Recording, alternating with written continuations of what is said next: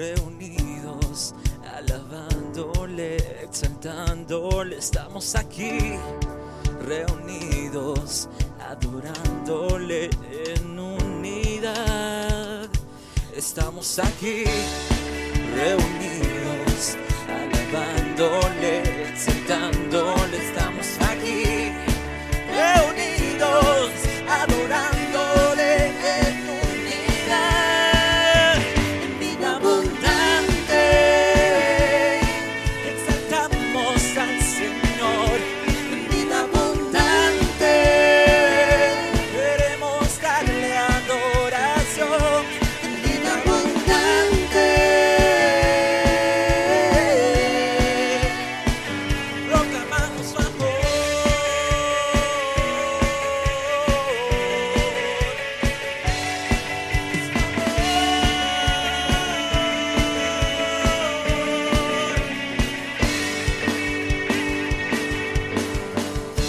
Estamos aquí, reunidos, adorándole, exaltándole. Estamos aquí, reunidos, adorándole en unidad.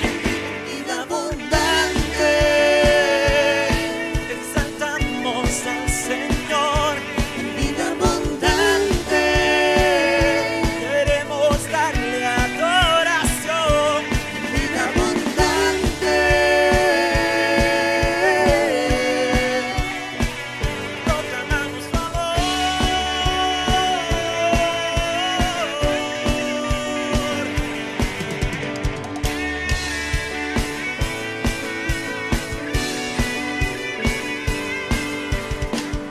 Hoy alzamos la voz al gran yo soy.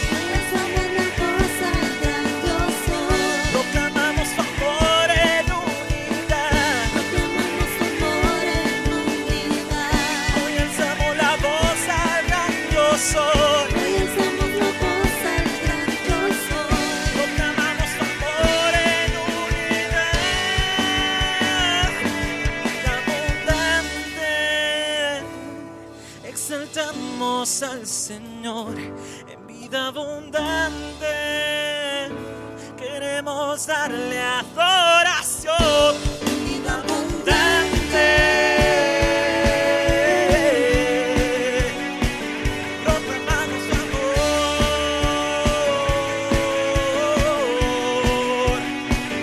Proclamamos su amor.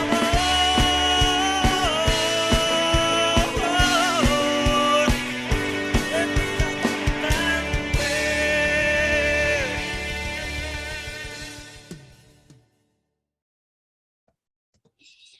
Muy buenos días, queridos hermanos, que el Señor los siga bendiciendo inmensamente con gran gozo y paz que sobrepasa todo entendimiento.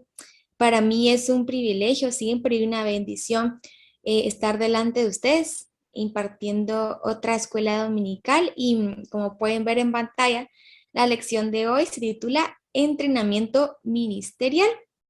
Vamos a basarnos en Primera de Timoteo capítulo 1, versículos del 3 al 20, Primera de Timoteo, capítulo 2, versículos del 1 al 8, y nuestro versículo principal es Primera de Timoteo 1, 12, que dice así: Doy gracias al Señor, doy gracias al que me fortaleció, a Cristo Jesús, nuestro Señor, porque me tuvo por fiel, poniéndome en el ministerio. En esta lección deseamos comprender que la fidelidad a Dios es una fortaleza en la sana doctrina y nos hace capaces y hábiles para el ministerio. Pero antes de empezar, vamos a orar para encomendar este tiempo al Espíritu Santo. Entonces, donde se encuentre, por favor, si me puede acompañar cerrando sus ojos, se lo voy a agradecer mucho. Amado Padre Celestial, te agradecemos infinitamente por este nuevo día de vida que nos has regalado.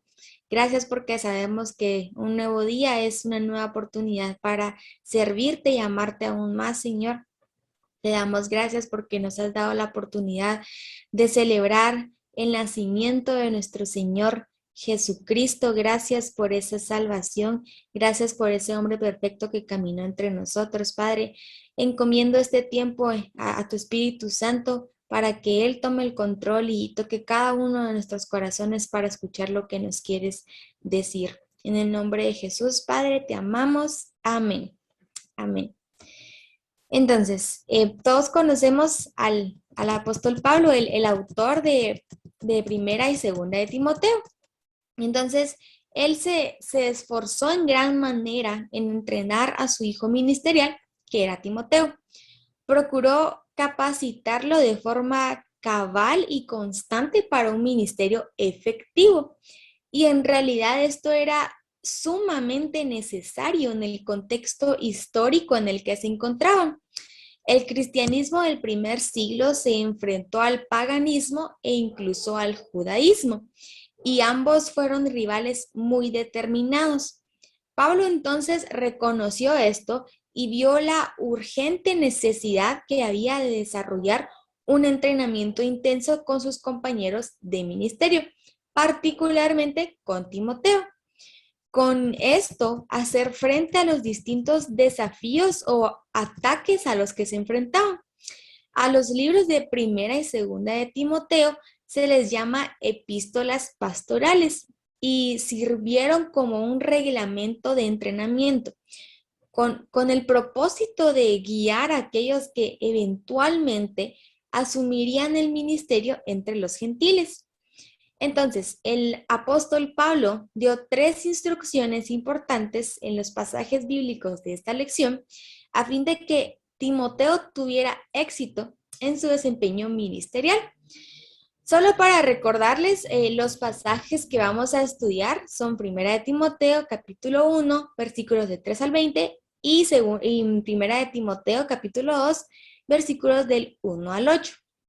Entonces, la primera instrucción que Pablo dio fue observar y aplicar los principios bíblicos. ¿Qué queremos interpretar con esto? El conocer bien las escrituras y utilizarla bien, no a nuestra conveniencia, no tomar pedazos de la Biblia y aplicar eso, pero no todo lo demás. La Biblia es un todo y como un todo tenemos que aplicarlo en nuestra vida. El término eisegesis se refiere al proceso de interpretar un texto de tal manera que el lector introduce sus ideas generalmente de manera subjetiva. Y un ejemplo de esto que lo tengo muy presente es Juan 10:10, el versículo en el que nuestro Señor Jesús habla de cómo Él vino para que tengamos vida y la tengamos en abundancia. Y si hacemos eisegesis con ese versículo, entonces podemos interpretar que el Señor vino para que tengamos riquezas terrenales, para que vivamos una vida abundante de dinero, abundante de carros, abundante de casas, abundante de ropa cara, cuando todos sabemos que eso no es el evangelio del Señor Jesús, eso es un evangelio de prosperidad terrenal y carnal. Sabemos que el Señor se refería a que Él vino para que tengamos una vida abundante, una vida libre del pecado y de las cadenas que nos atan a este mundo. Y 2 de Timoteo 2:15 dice, haz todo lo que sea posible para presentarte ante Dios aprobado, como un obrero que no tiene de qué avergonzarse porque interpreta correctamente la palabra de Dios. El conocer y utilizar las escrituras como el Señor quiere que lo hagamos nos proporciona una base incuestionable, tan firme como lo es Dios. Por otro lado, la falsa doctrina se basa en nuestra interpretación subjetiva y su base es tan débil como nosotros que somos pecadores. También la falsa doctrina era razón de anatema para el apóstol Pablo, es decir, excomunión o separación. Y esto lo podemos ver en Gálatas capítulo 1, versículos del 8 al 9. Entonces, en cuanto a observar y aplicar los principios bíblicos, podemos ver la legitimidad de la ley en la gracia. Cuando hablamos de ley, no podemos excluir la gracia. Y cuando hablamos de la gracia, no podemos excluir la ley. La Biblia, en los tiempos del apóstol Pablo, no existía como la conocemos hoy. Y lo que él hizo fue contextualizar las enseñanzas de la ley a la luz del cumplimiento de las profecías contenidas en ella, específicamente las profecías que se cumplieron en el Señor Jesús. E hizo un resumen desde el Antiguo Testamento hasta la llegada del Señor Jesús en Hechos capítulo 13, versículos del 13 al 43. La legitimidad de la ley se confirma en el cumplimiento profético del Mesías. Jesús no vino a abolir la ley como él mismo lo dijo, sino que mostró lo prometido a lo largo del Antiguo Testamento. Entonces, la ley queda sujeta a la gracia de Dios en Cristo Jesús. El apóstol Pablo siempre entrelazó la ley con la gracia. La primera tiene como propósito el beneficio común y la prosperidad de todos, lo que podemos leer en Deuteronomio capítulo 10, versículo 13. Y el apóstol Pablo en realidad quería enfatizar en esto, ya que en Romanos 7:12 escribió que la verdad y los mandamientos eran y siguen siendo santos, justos y buenos. También en Primera de Juan 5:3 leemos que Juan afirmó aún más esta verdad, diciendo que los mandamientos de Dios no son una carga difícil de llevar. La ley y la gracia trabajan juntas. La ley señala el pecado y la gracia provee un camino, el único camino, como leemos en Juan 14:6, para remover el castigo por el pecado y reconciliarnos con Dios. La ley nos hace ver que somos pecadores, que con nuestras propias fuerzas o que con nuestras muchas obras jamás podremos llegar a cumplirla a la perfección. Nos hace ver nuestra necesidad de gracia y la gracia, al aceptarla, nos justifica y redime del pecado, además de pagar nuestra deuda de muerte. Hemos sido hechos libres y justos y ahora el pecado no tiene autoridad sobre nosotros. Y en realidad la pregunta no es por qué hay un solo camino hacia la salvación y justificación. Aquí la pregunta debería ser, ¿por qué hay un camino en absoluto? Por supuesto sabemos que es porque el Señor amó de tal manera al mundo que envió a Jesús a morir por nuestros pecados, pero eso no nos lo ganamos nosotros. Nosotros no tenemos ningún mérito en eso, como leemos en Efesios, por eso se llama gracia. Y el segundo punto son los principios prácticos de la aplicación de la ley en la gracia. El segundo punto de el leer e interpretar correctamente las escrituras. La ley es legítima en Cristo Jesús. Por consecuencia, la gracia se convierte en la sana doctrina. Pablo habló de esto en 2 de Corintios 3 y lo definió como un nuevo pacto. Y en el versículo 6 dice, Él nos capacitó para que seamos ministros de su nuevo pacto. Este no es un pacto de leyes escritas, sino del Espíritu. El antiguo pacto escrito termina en muerte, pero de acuerdo con el nuevo pacto, el Espíritu da vida. Dios mismo nos capacitó y lo sigue haciendo para proclamar las buenas nuevas del nuevo pacto hasta el día en que Jesucristo vuelva y estoy segura de que todos nosotros estamos esperando con anhelo el día en que Jesús reclame su iglesia. Y el escritor a los Hebreos escribió en el capítulo 8 del mismo libro, en el versículo 13, lo siguiente. Al decir nuevo pacto, ha dado por viejo al primero, y lo que se da por viejo y se envejece está próximo a desaparecer. Entonces, para el apóstol Pablo, todo aquel que no se somete a Cristo y rechaza su gracia, resistiéndose a su evangelio, tampoco se somete a la ley. Y esto es algo que podemos ver muchas veces en las interacciones que nuestro Señor Jesús tuvo con los fariseos, con los escribas, con los principales sacerdotes y entre otros, que hubo muchos. Ellos no podían concebir que la ley debía estar acompañada de la gracia y rechazaban totalmente el evangelio de nuestro Señor Jesucristo. Cumplían la ley a su conveniencia y dejaban de lado totalmente la compasión, la justicia y el amor. En primera de Timoteo 1:9, Pablo escribió: pues la ley no fue diseñada para la gente que hace lo correcto, es para los transgresores y rebeldes, para los desobedientes a Dios y los pecadores.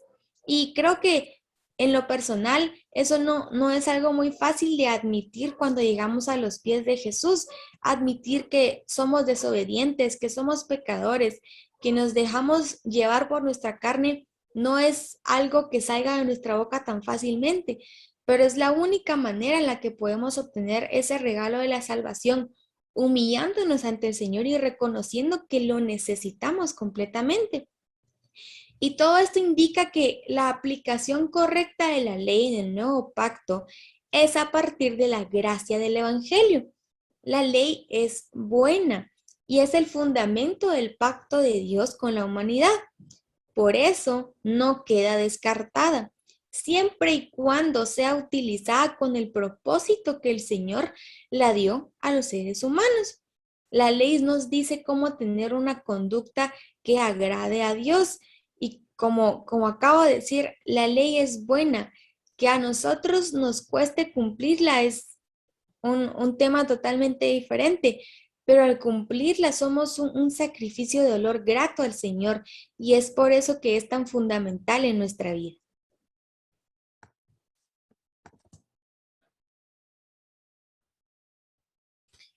Bueno, ahora estamos por continuar con el segundo punto, el cual es agradeciendo y honrando el ministerio.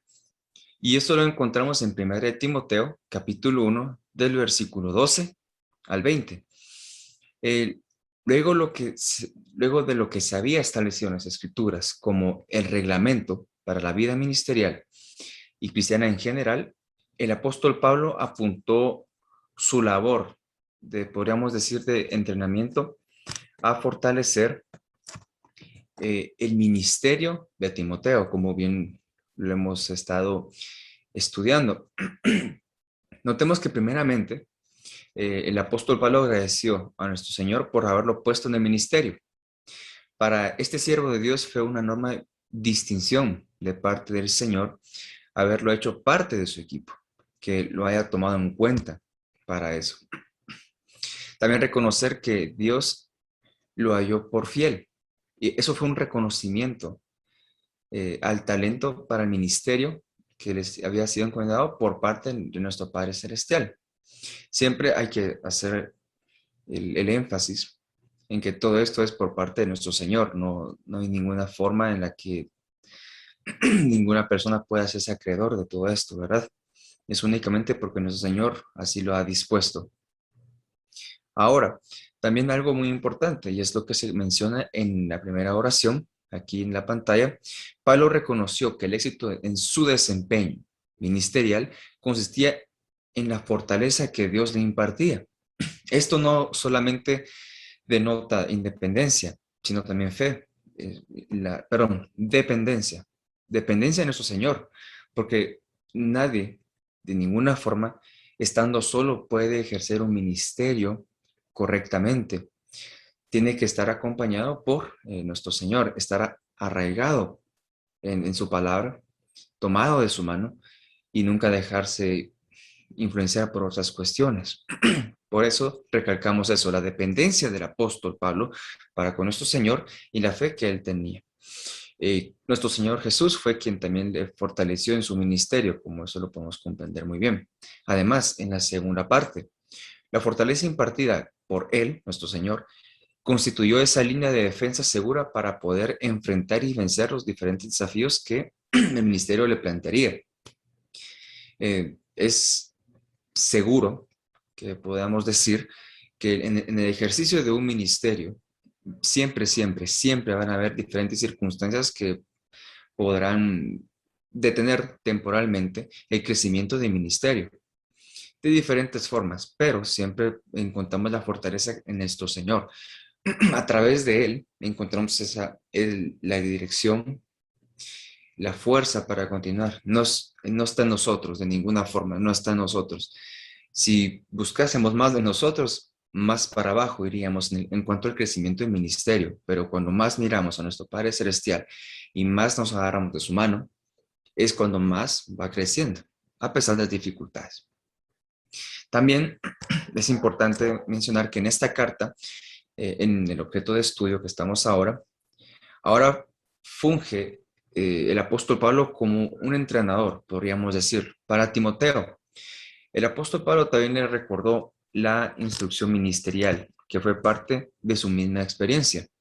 Y él le exhortó al joven pastor para que pusiera mucho cuidado y atención en la defensa de su ministerio.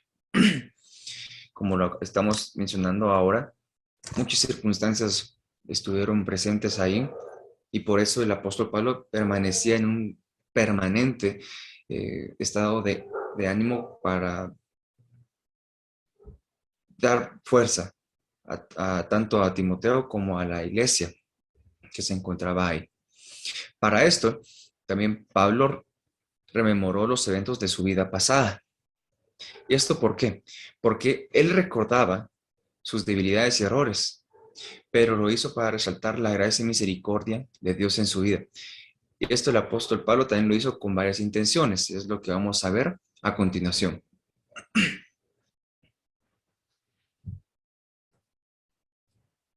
Primeramente, es reconocer que quien cambió sus debilidades en fortalezas fue nuestro Señor Jesucristo.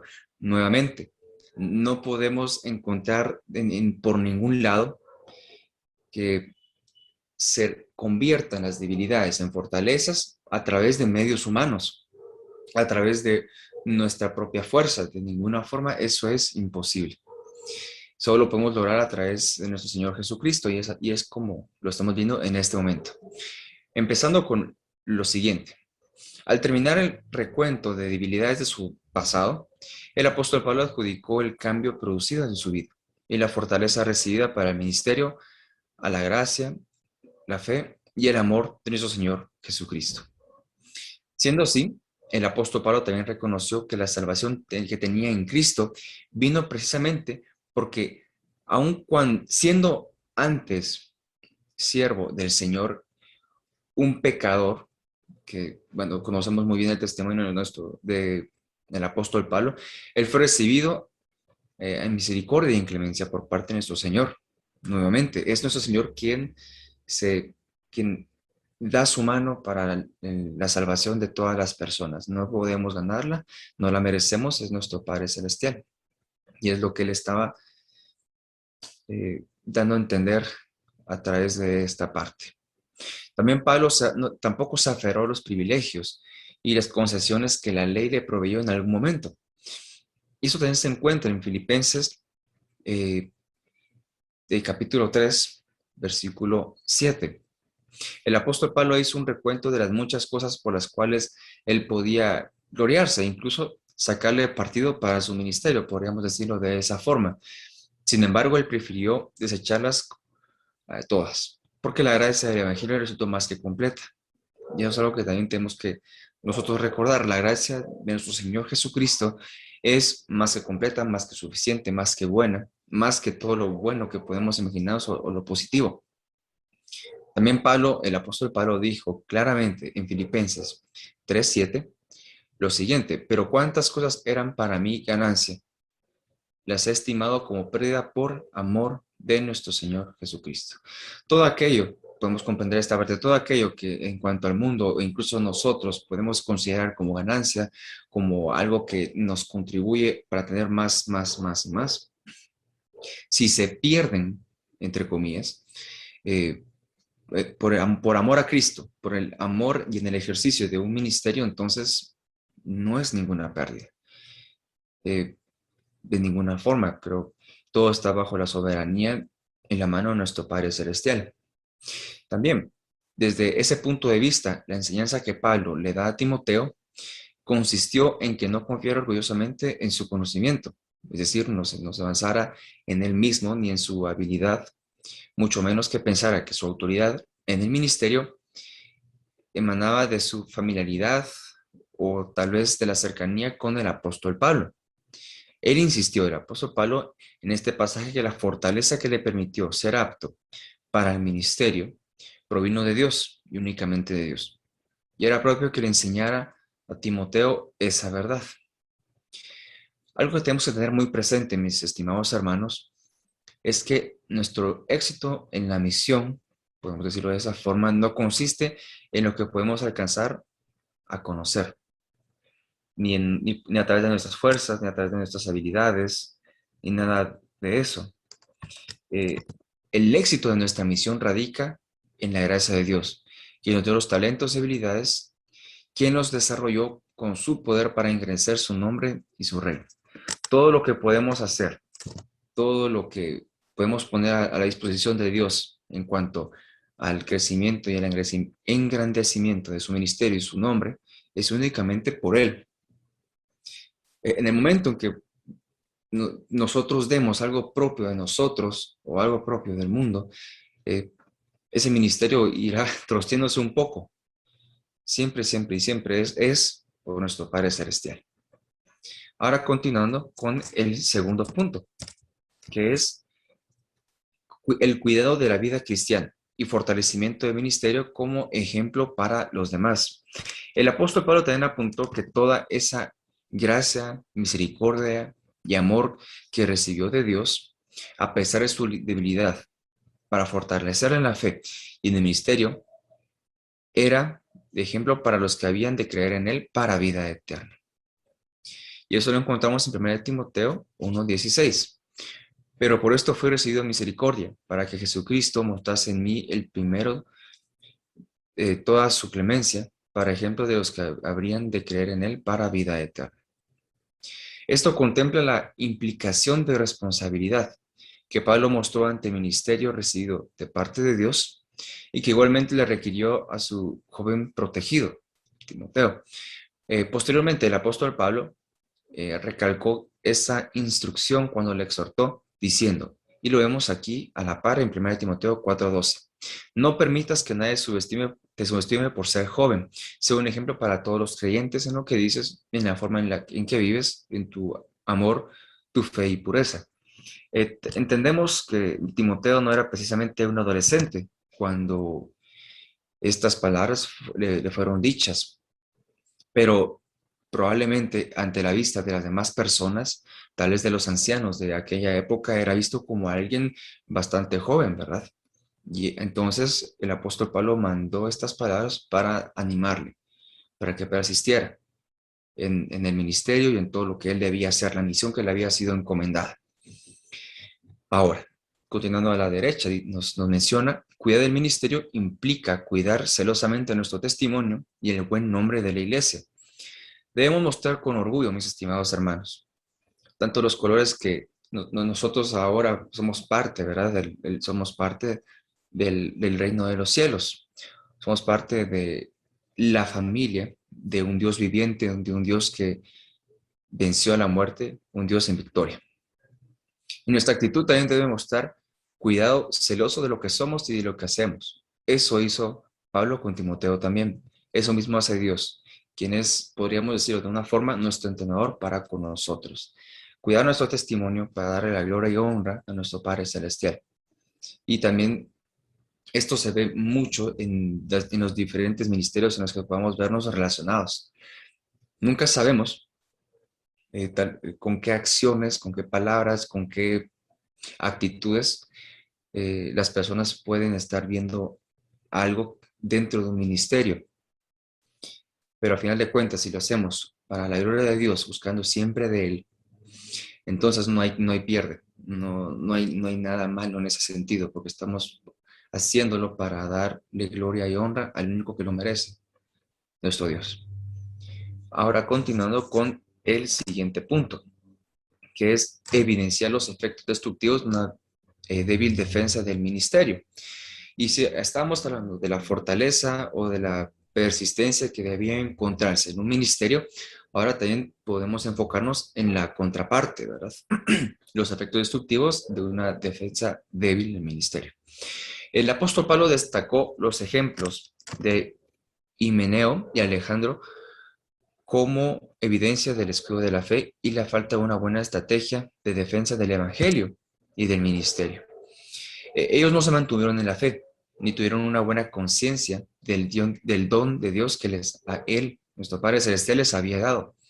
Ambos descuidaron la verdad de las Escrituras y estuvieron tan débiles en su estrategia de defensa que no pudieron eh, eh, permanecer en la milicia.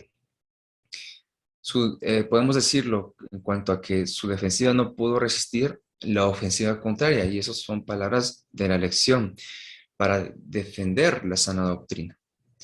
Y es por eso que su fe en Jesucristo terminó en un triste naufragio. Lo vemos aquí en medio. Qué triste es eso, ¿verdad? Teniendo el favor de Dios en cuanto a los dones y talentos para ejercer un ministerio, para la extensión de su reino, de su palabra, del evangelio, y no hacerlo, es algo muy triste, y Dios nos libre de algo así. Continuando también en que el apóstol Pablo destacó en el pasaje el agradecimiento y la honra como dos ejemplos importantes a considerar en el ejercicio de nuestro ministerio.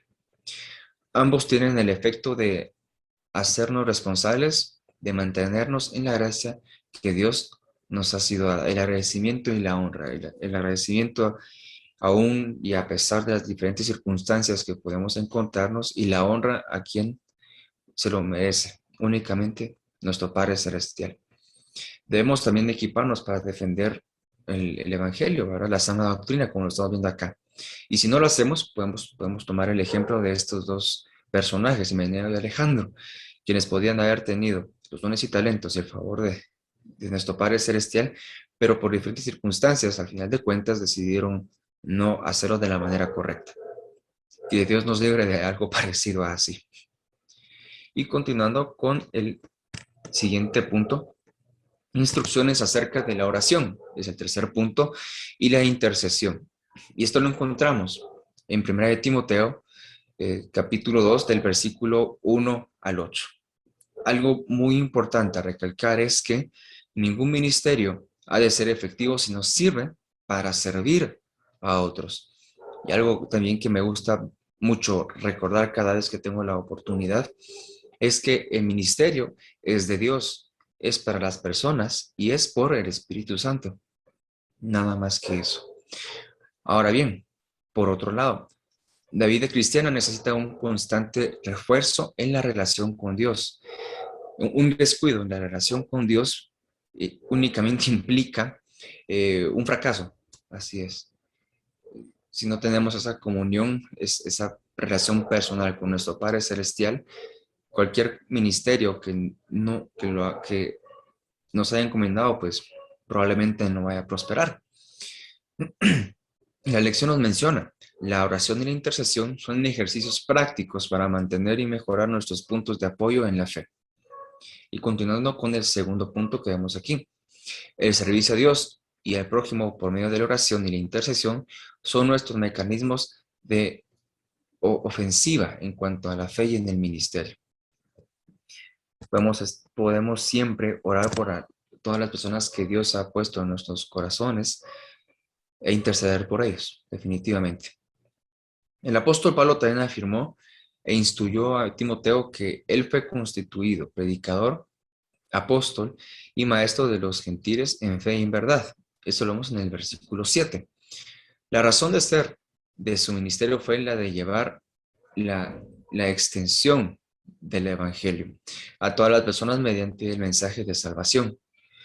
Y por medio de la oración y la intercesión por todos ellos, Pablo exhortó en ese sentido a Timoteo a que se hagan rogativas, oraciones, peticiones y acciones de gracias por todos los hombres.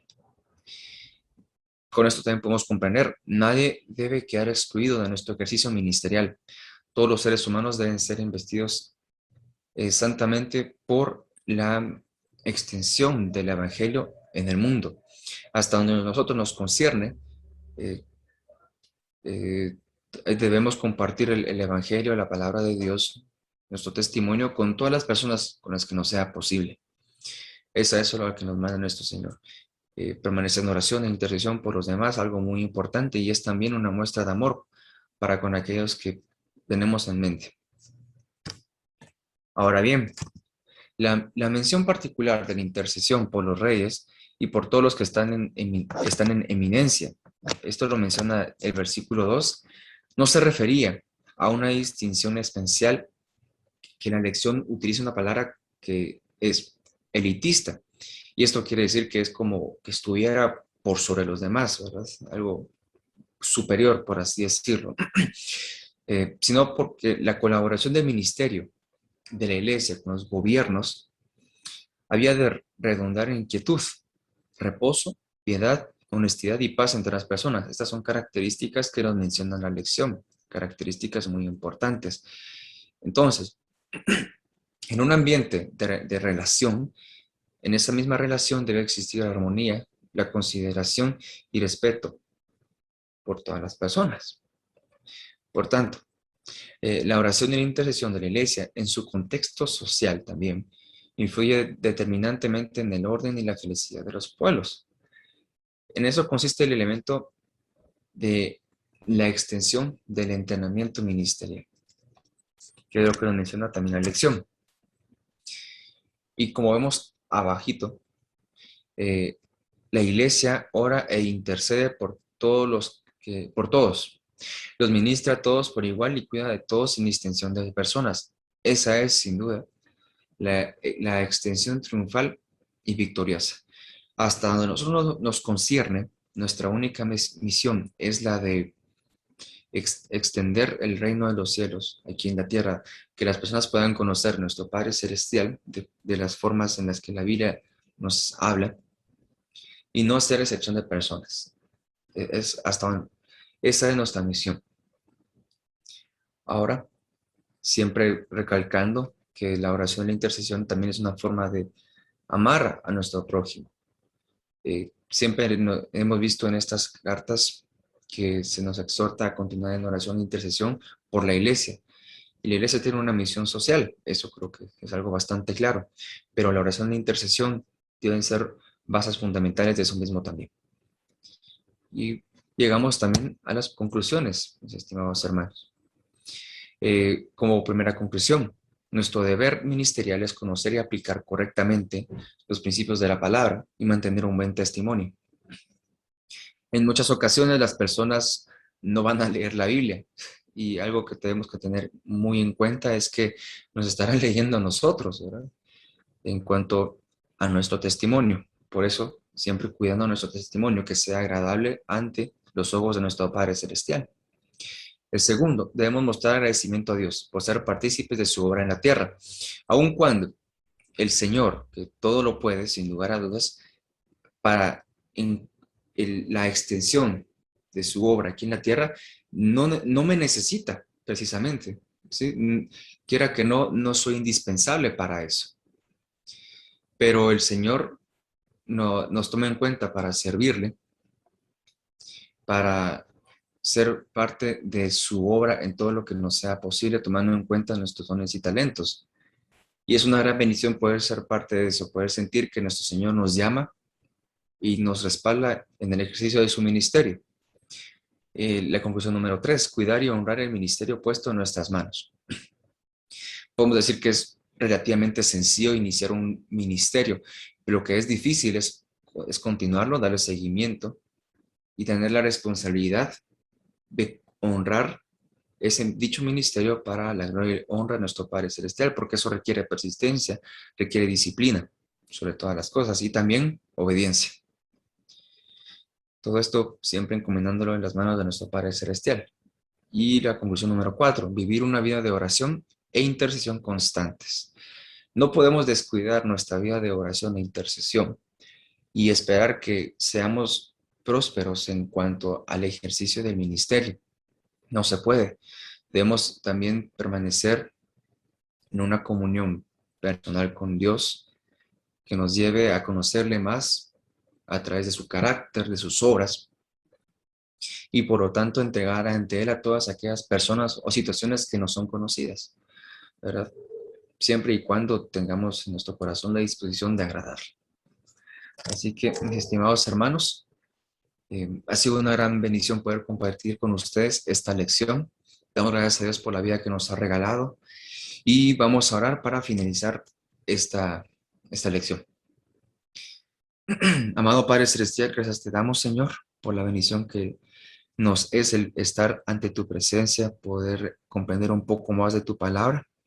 Entramos ante tu presencia con un corazón abierto que te reconoce como su Señor y Salvador, que desea servirte, que desea tomar todo lo que somos, entregarlo a ti y tú hagas de nosotros las personas que tú quieres que nosotros seamos.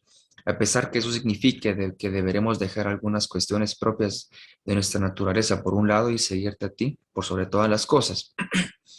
Gracias te damos por tu palabra, gracias te damos, Señor, por tu nacimiento en esas épocas, porque tú viniste aquí a la tierra, te despojaste de muchas cosas y al final de cuentas nos has dado el regalo más importante que podemos recibir, la salvación. Muchas gracias, Padre Celestial, porque tú ahora estás allá arriba, en victoria, porque eres un Dios vivo, un Dios soberano. Y todo lo que nosotros queremos, Señor, es agradarte a través de nuestra vida y aquellos ministerios que tú probablemente irás colocando en nuestro camino poco a poco. Te alabamos, Señor, y te glorificamos. Oramos por esta amada iglesia. Por favor, guíales, guárdales, dales fuerza, sabiduría, diligencia, carácter y todo lo que sea necesario para seguir creciendo como la bella iglesia que es. Te alabamos, Señor, y te glorificamos. A ti, que tú eres el nombre por sobre todo nombre. Amén.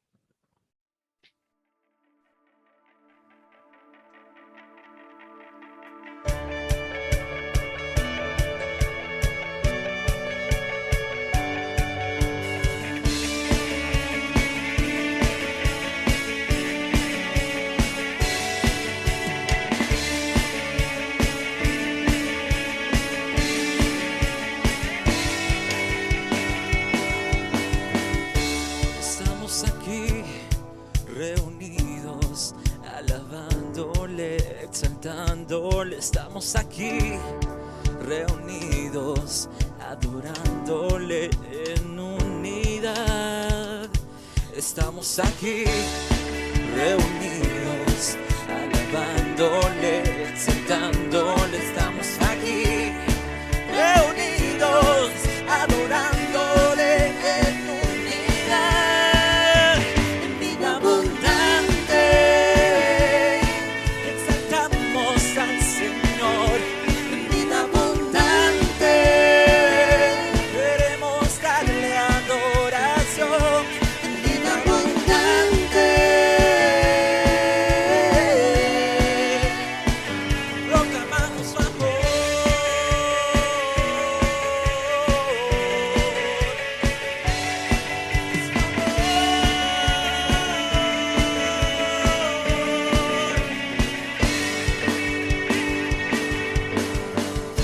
Estamos aquí reunidos, adorándole, exaltándole. Estamos aquí reunidos, adorándole en unidad. Vida abundante exaltamos al Señor. En vida abundante queremos darle adoración. En vida abundante proclamamos su amor.